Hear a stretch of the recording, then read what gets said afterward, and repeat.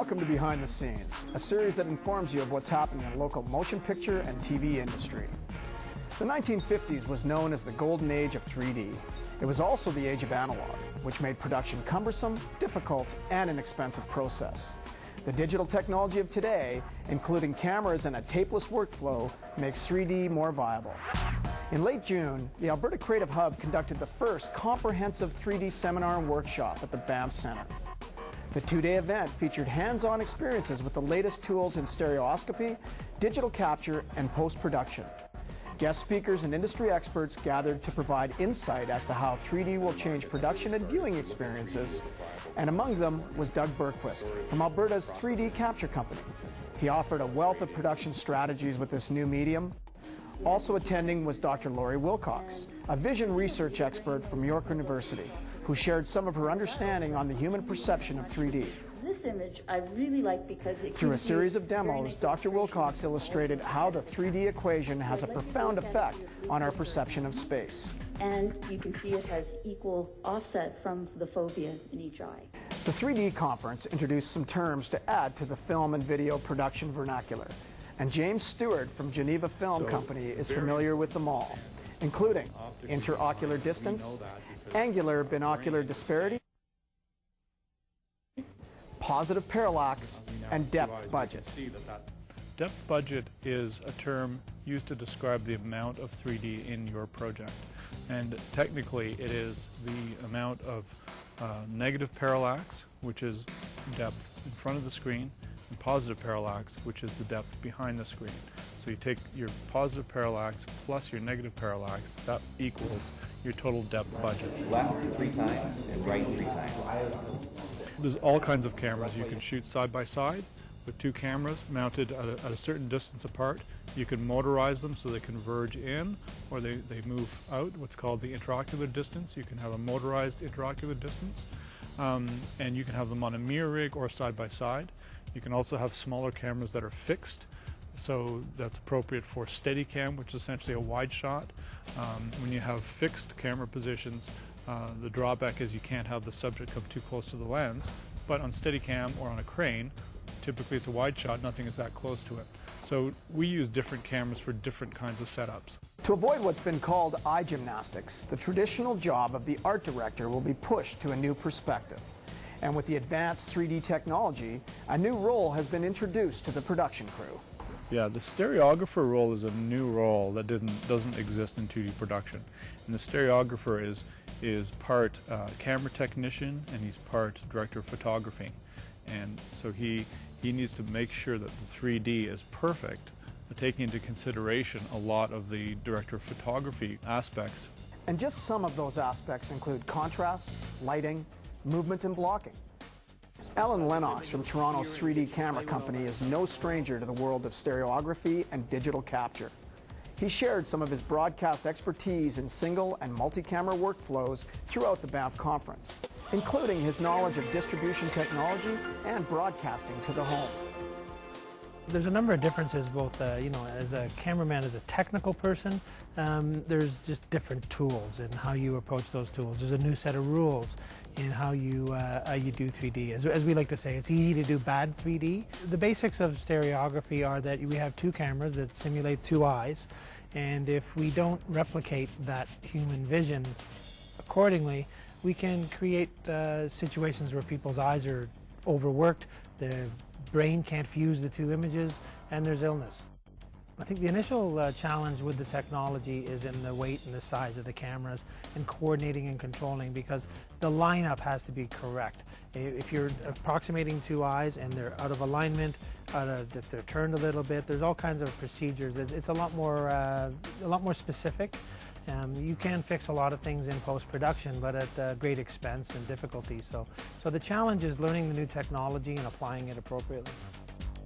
Well, I think it's pretty clear if you talk to the consumer electronics companies that the future of all digital media is in 3D. They're very convinced that TVs are going to go 3D, and we're seeing more and more live 3D sports events and concerts, and more content will go 3D. Can you believe it? What are you going to do with these old toys? Well, I think the future is going to be no glasses necessary, no special display panels, and even simpler, cleaner, faster tools that will allow us to democratize production even further. As more broadcasters like ESPN and Discovery Channel announce the launch of 3D channels, the worldwide demand for content will increase dramatically. All right, let's shift gears here and go on location to Heritage Park.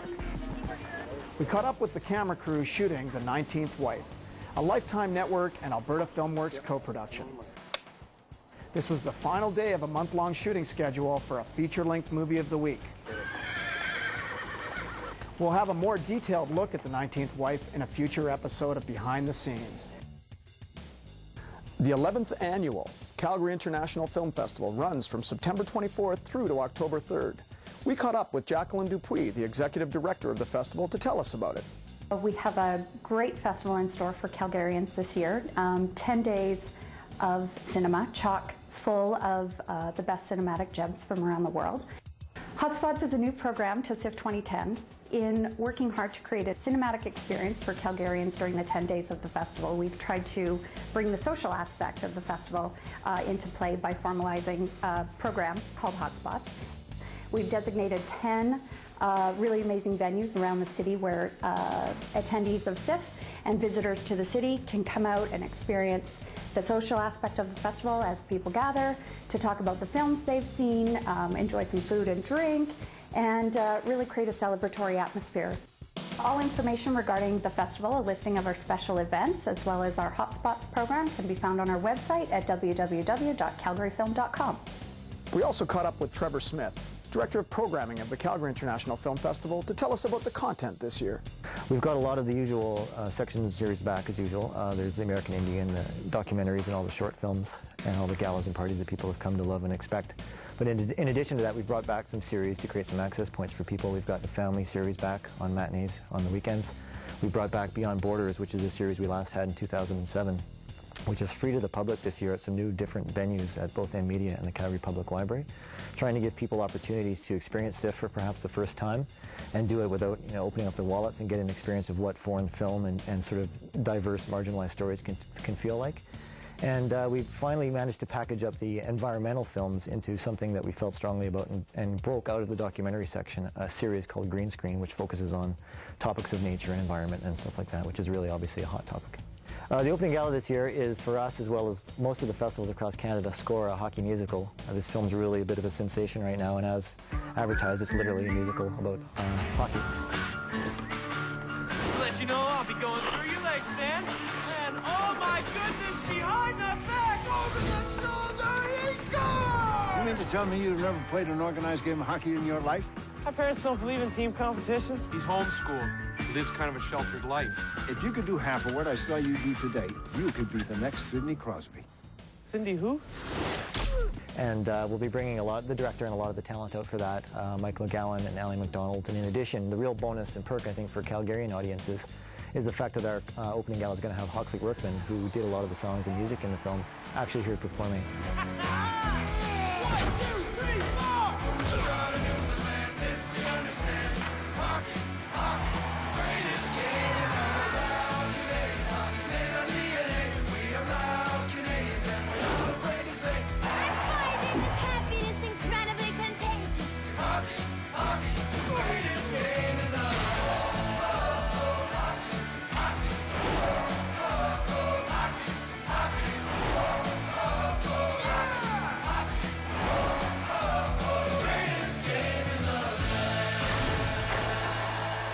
So it's going to be a real add-on and value add for people at Flame Central. So we're going to get our hockey on and our music on all in one night, so it should be great. In the meantime, that's it. Thanks for watching. Behind the Scenes is a collaboration between Calgary Economic Development, industry, government, and community stakeholders.